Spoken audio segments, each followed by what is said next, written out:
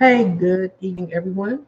This is Kenny Rockman, the author and founder of the Child Support Hustle and the Reform Child Support Now movement. I hope you all are doing well this Sunday. I am going to get started just for a second. Thank you for joining. Thanks for clicking the like button. I appreciate you. So, as the title says, um, the feds are bragging. They put out a blog talking about the sharp decline in the 2020 arrears amount. And I talked about this before, but before I get started, I want to say, I want to give a shout out to activists and journalists and the director of the Racing Family documentary, a great documentary.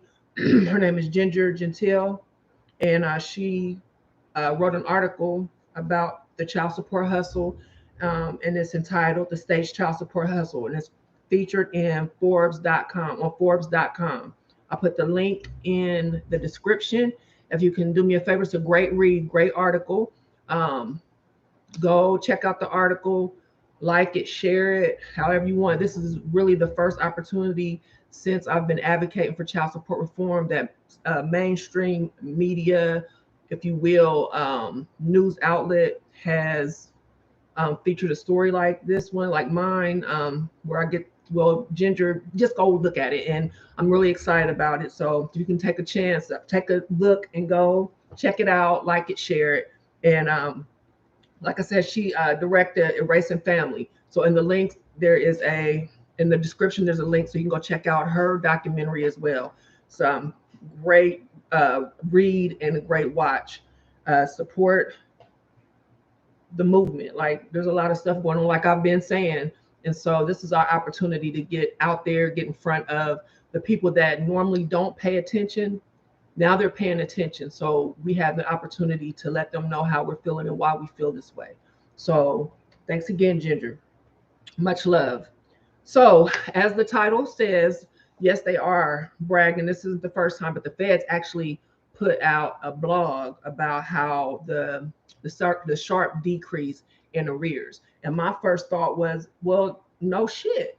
If you sit and take all the money that people get from offsets and this and that, and I'll go into it in detail, of course, and you apply it to arrears, of course the number is going to decline. You're taking all the money.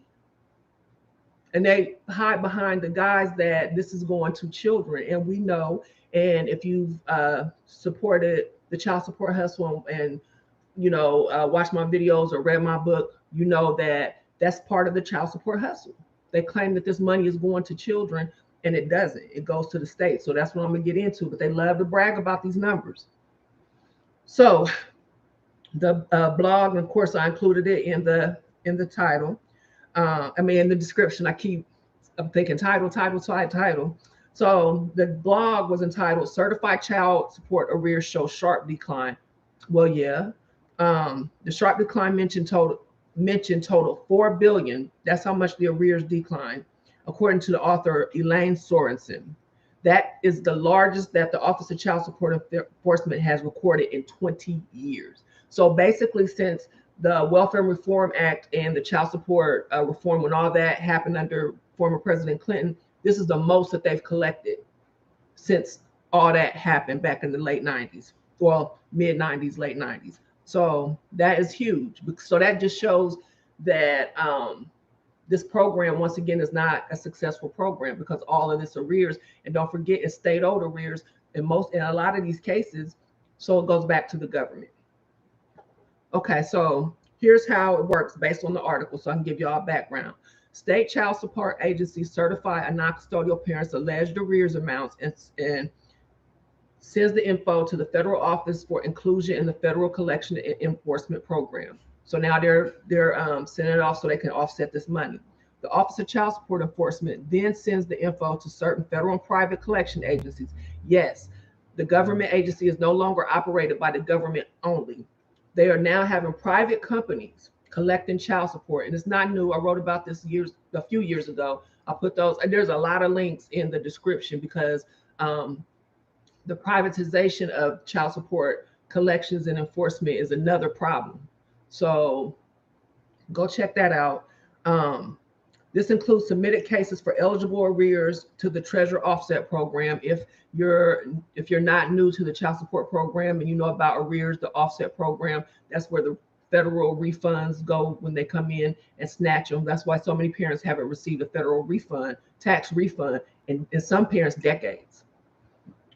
Monies at the Bureau of Fiscal Service offsets through the program, that they offset through the program, including from federal tax refunds, are sent to the Office of Child Support Enforcement to be forwarded to the submitting states.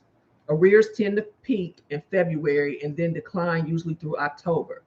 This significant drop in arrears was driven in large part by the economic impact payments issued to most Americans as part of the 2020 CARES Act. They tell you right there, we garnished all that money y'all got, and that's why their arrears dropped. Click the like button if you're here. Click the like button for me. Subscribe if you're new. Thank you. The CARES Act did not exempt payments from being offset, and they were handled just like tax refund offsets. So the money that was supposed to help parents, people that were going through the global shutdown, they took. And now they're bragging about taking that money and how much their arrears have dropped. It's amazing. Non-custodial parents who were eligible for tax offsets had their payments intercepted. So there's a reason, no mystery there, why their arrears decreased sharply. They were robbing people of money that was needed to pay bills, buy food, and survive, just because the government claimed that they owed arrears. A lot of those arrears are false. They're made up because they go back to recover welfare benefits that are not loans, they are grants. Let's not forget that at the end of fiscal year 2019, there was nearly 24 billion of those arrears owed to the government to repay welfare benefits. So for all those cases, the offset money went to the government and not the children. That does not sound like a victory to me. I don't think anybody should be celebrating and bragging about collections when you kept that money, especially when the government controlled everything and parents controlled nothing when it comes to the distribution and collection of this money. The parents didn't even have a choice. You can't brag about that and use bully tactics and enforcement tactics where somebody doesn't have any control over you, just snatch and grab and then say, yay, look how great we did. It doesn't work like that. But that didn't stop a couple states, like I said, from bragging about the stellar job that they did last year in collecting child support from parents. So I'm gonna talk about two states. Indiana is the first one up. According to Christy Deer of the Daily Reporter, the prosecutor's office set a record for total child support collections in a 1 year period, taking it over 4.6 billion in 2020. That was an increase of about 4% over 2019. Yay, Indiana. Even though the community essentially was shut down, much like the rest of the world in March of 2020.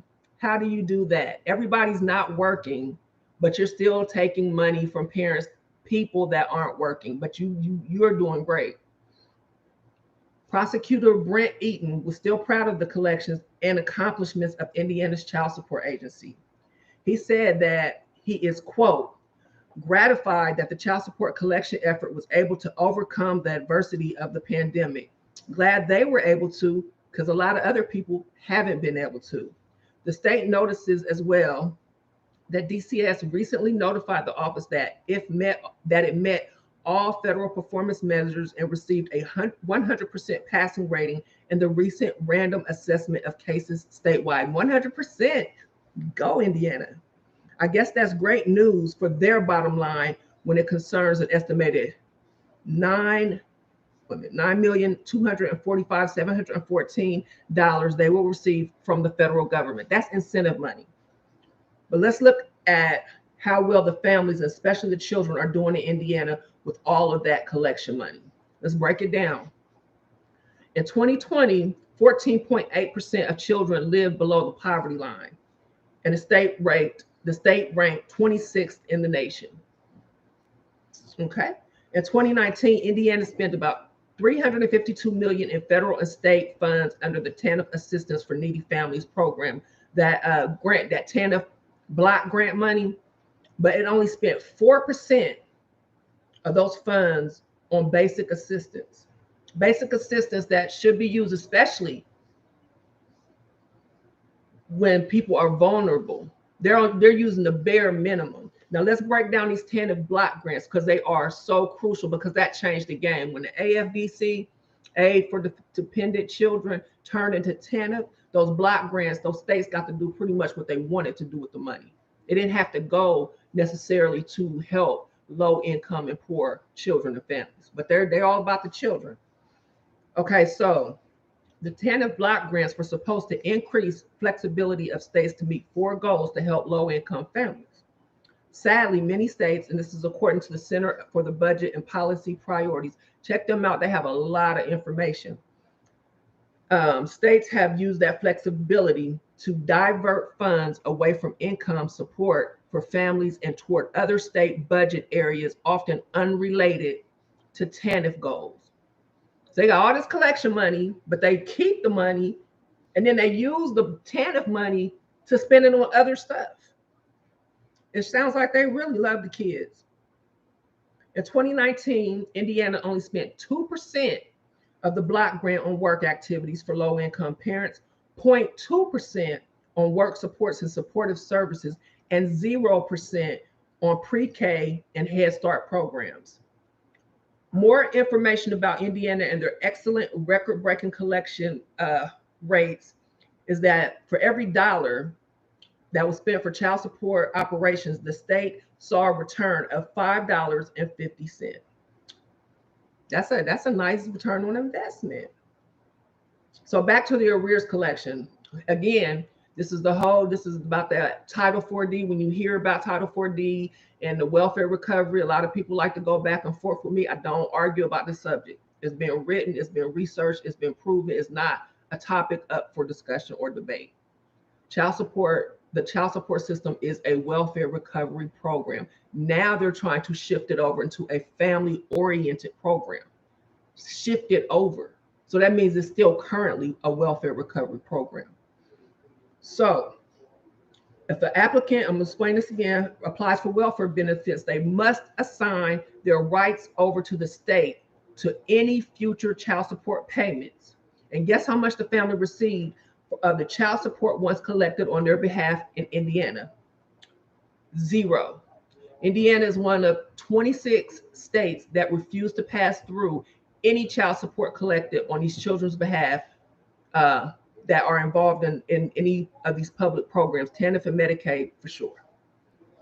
So way to go, Indiana, again, yay. They charge 9% interest on child support arrears, and if you don't pay, a parent is convicted of a felony, and we know how damaging a felony charge is in the United States. Child support charge, they can face between 6 months and 8 years in prison, and have a fine of $10,000. That's even more money to boost up their collection rating. As of 2019, parents were accused of allegedly owing nearly $224 million in child support arrears to the state. That leaves the question of just how much of that record collection amount of money went straight to the state or to its rightful owners, the children.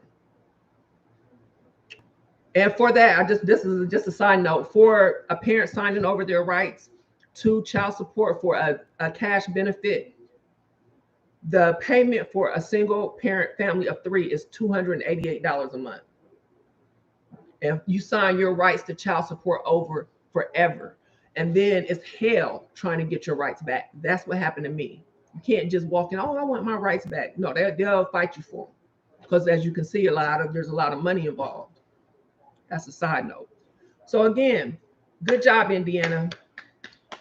And when I talk about those government owed arrears, that's why I started the petition.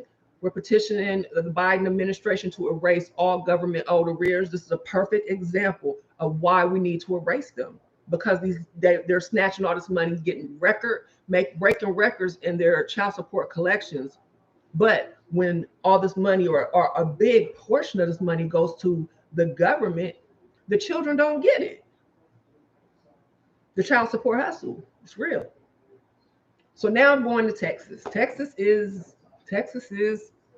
oh my goodness.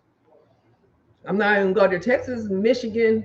Y'all know how I talk about Michigan. Michigan is off the hook, but Texas is they're close.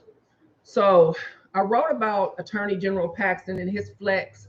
He flexed about his on his press release a few months ago about he had the highest collection rates in the country. They topped, I mean he did the most in his press release. And I couldn't help but think the audacity. That's what even got me started thinking about this was Paxton. I put the link to this article that I wrote in the description as well. I was right. I've written a lot of stuff. If you see any corrections or anything, just send me an email. I'll correct it. But I just write. So um, I'm just going to start off just with Texas alone. I'm like the audacity because I know parents who have been jailed without their right to due process. Numerous parents, not just one or two, numerous parents that I've talked to over the years of my advocacy. One parent was placed on 10 years of probation up there in Harris County, Houston. I did a video about it, link in the description, without any notification. This is what they do in Texas. And just last week, I put a post out about a man, not even a father, who's on the hook for $40,000 in child support debt for a kid that's not his. DNA proved that's not his kid. They still on his neck about this debt, threatening to suspend his license, threatening to throw him in jail, all this stuff. I put that link in the description. So that's 3 violations just in the past, what? It's out of control. And then Attorney General Paxton has the nerve to say, "Oh, we got the greatest collection. We doing it way big. Y'all not touching us." So he announced back, I think this article, it's in the description.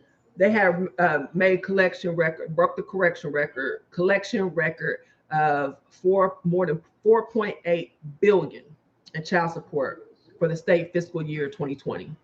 That's a lot of money. Paxton said, quote, "I'm immensely proud of the hard work and dedication of our child support division to improve the lives of Texas children and ensure that families receive the support they need and deserve," end quote. Let's stop right there. There's getting to the family, what families need and deserve. Even though Texas and every other state have the ability to pay all child support collected, my son, oh, if y'all don't see me fooling with the light, my son got me a regular light, but let me tell y'all, this light is hot. This light is hot. So I don't know. I'm gonna have to get me like a fan over here and a light, but it's one of those ring lights. And honey, this, woo. But thank you, son. Let me see. Okay, so they can pass through child support to vulnerable families. That's on tandem for Medicaid. But Texas chooses to only pass through $75 to a family that's receiving benefits. Over the years, the amount they pass through keeps decreasing for some odd reason. Maybe because the cases keep decreasing or whatever, but it just doesn't make any sense to me. Because it should be like all the money they collect should all go to the family. But in 2015, the state passed through a little over 781,000. In 2019, that amount was only 532,000. That's for families that receive public assistance. But the AG had no problem bragging about them receiving a return on investment of $11.68 for every dollar they spent on this program. Man, that's a business owner's dream, a return on investment like that. But they're doing it off the backs of children and parents. So, and they're not in regular business. They're not supposed to be. This is government. Like, we pay them, and they're making money like this. He goes on to say, quote, this success, if you call it success, but let me stop. This success is particularly remarkable in light of the challenges the division faces as a result of the COVID-19 pandemic and the closure of physical offices. The division's performance improves each month and as such continues to benefit children across the state, end quote. And it's so funny that both of these offices, both of these officials have mentioned COVID and how their offices function and how they struggle to get this money, but they have paid no regard, have not mentioned anything about the struggle that non-custodial parents have had to go through in trying to keep these payments up and make these payments. Or the custodial parent, for that matter, trying to still keep food on the table, a roof over their heads of them and their children while this pandemic is going on. It's all about them and their money. And it's not even their money. The program was a success, according to Paxton, for the state in the tune of possibly over 78 million in 2019. And that's for incentives. That's what they get from the federal government because they did so great. They received nearly 375 million between 2015 and 2019 in incentives. So it's big money for them to get out there and get it. But then when you get it by robbing people, you can't sit and brag about it. The children that he keeps mentioning don't seem to fare well at all with the money, considering that as of 2019, 18.9% of Texas children were living below the poverty line, ranking the Lone Star State 40th in the country. And again, because the child support cooperation mandate for welfare benefits exists, parents are forced to sign their rights over the state for $303 a month as of July 2020. How generous. The government owed debt was reported at $1.7 billion in 2019. That's because they charge 6% interest on child support debt. That should make everyone wonder just how much that record-breaking amount of collections was kept for the government and how much was actually paid to the children. I would like to know that amount. If we can get that, I'm gonna look for it and I'll let y'all know what I find out.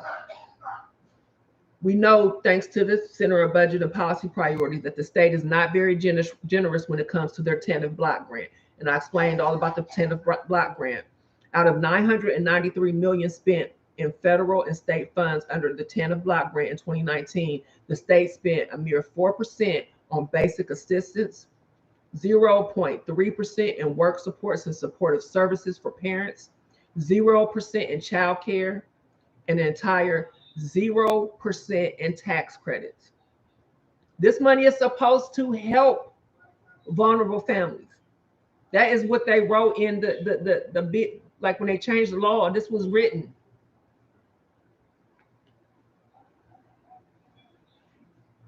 I can't even believe that they continue to get away with this.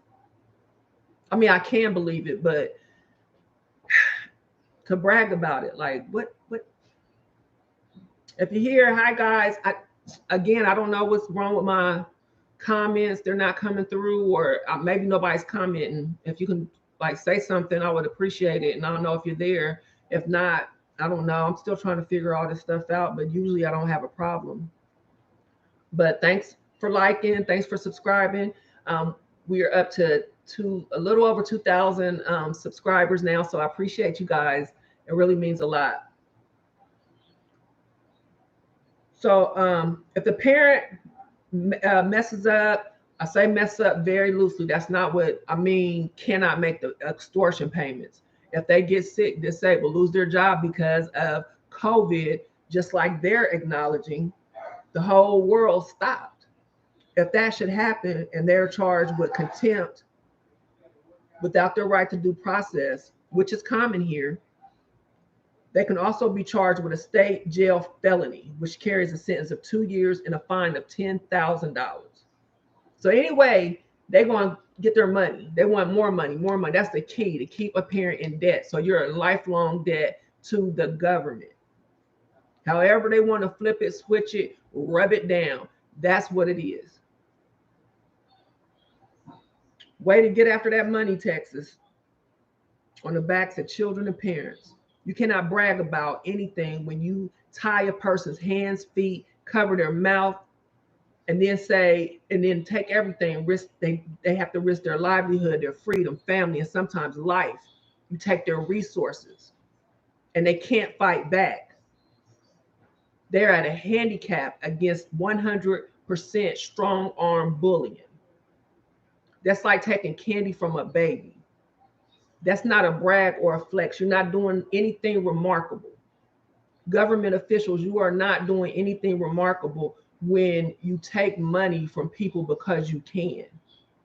Because if you can take the money, there's nothing they can do back. And if they try to fight back, then you're going to hit them with a gag order, or you're going to hit them with contempt of court. You're going to take their freedom.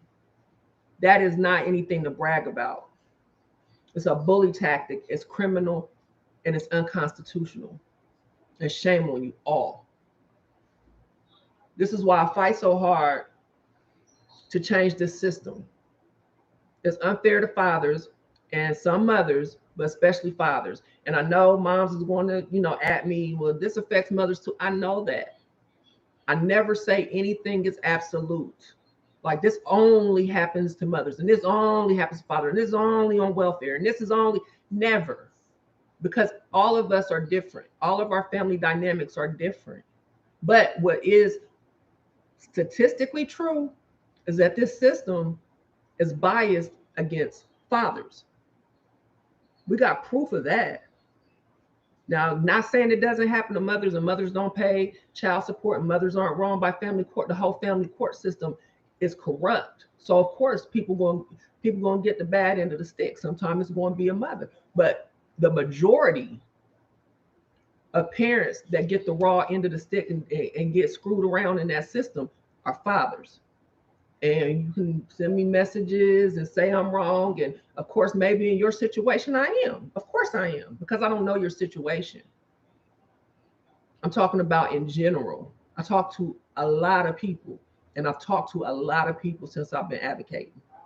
So it's not to you personally, it's nothing like that. I'm just talking about the system as a whole. I always talk about the government, about the child support hustle. I'm talking about how much money, how much destruction, how devastating the system is towards us, towards parents and children. It's nothing personal. It's especially devastating if you have low or no income. It's crippling to your way of life.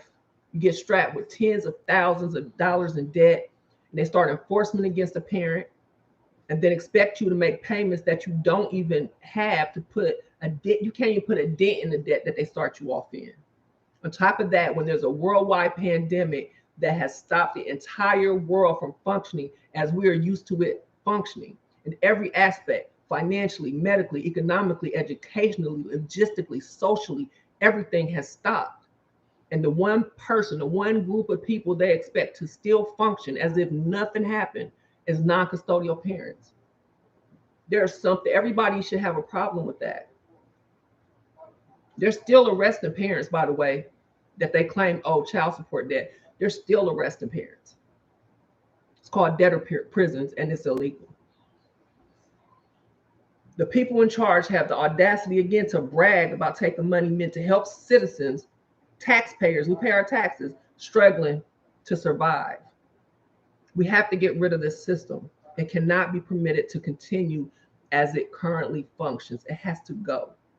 When I first started, I wanted it abolished. I was so angry.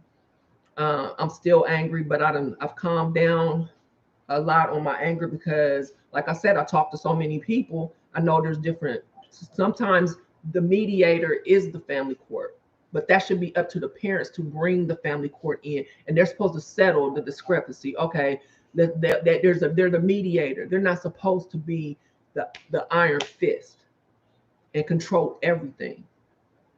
But as far as how they operate, we can't keep doing this. It's too devastating, too damaging.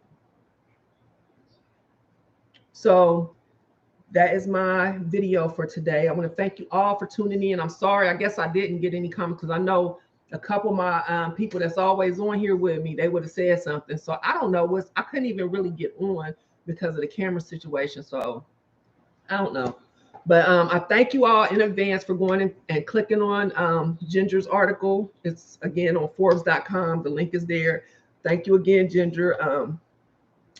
Yeah. So stay tuned because I'm gonna be working on some different things.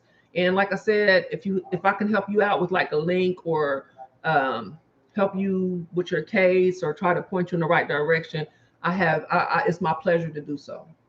But as far as like breaking down your case and advocating for you on an individual basis, I can't do that at this moment because of what I have going on. And I explained it earlier. I'm not going to talk about it now because you all know I'm not going to go into it. But of course, consider becoming a live kidney donor or a live organ donor if you can. Kidney donors, you guys are really needed. We are really needed.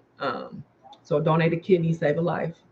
If you want to buy my book and show your support, it's The Child Support Hustle by yours truly, Kenya Rahman. And it's available at thechildsupporthustle.com. I also have t-shirts, The Child Support Hustle. I have gray. What else? I have all my social media links and things like that in the description. So like, follow, subscribe, all that good stuff. We'll try to get the numbers up. Yeah, because this information is, I think, it's not even I think, I know that this information is important and it needs to be out there. It needs to be shared more. People need to be aware of what is going on for real, like what's really going on.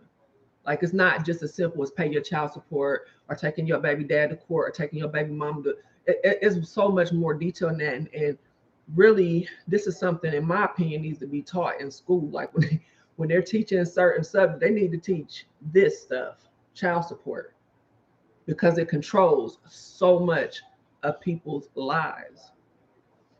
It impacts everything.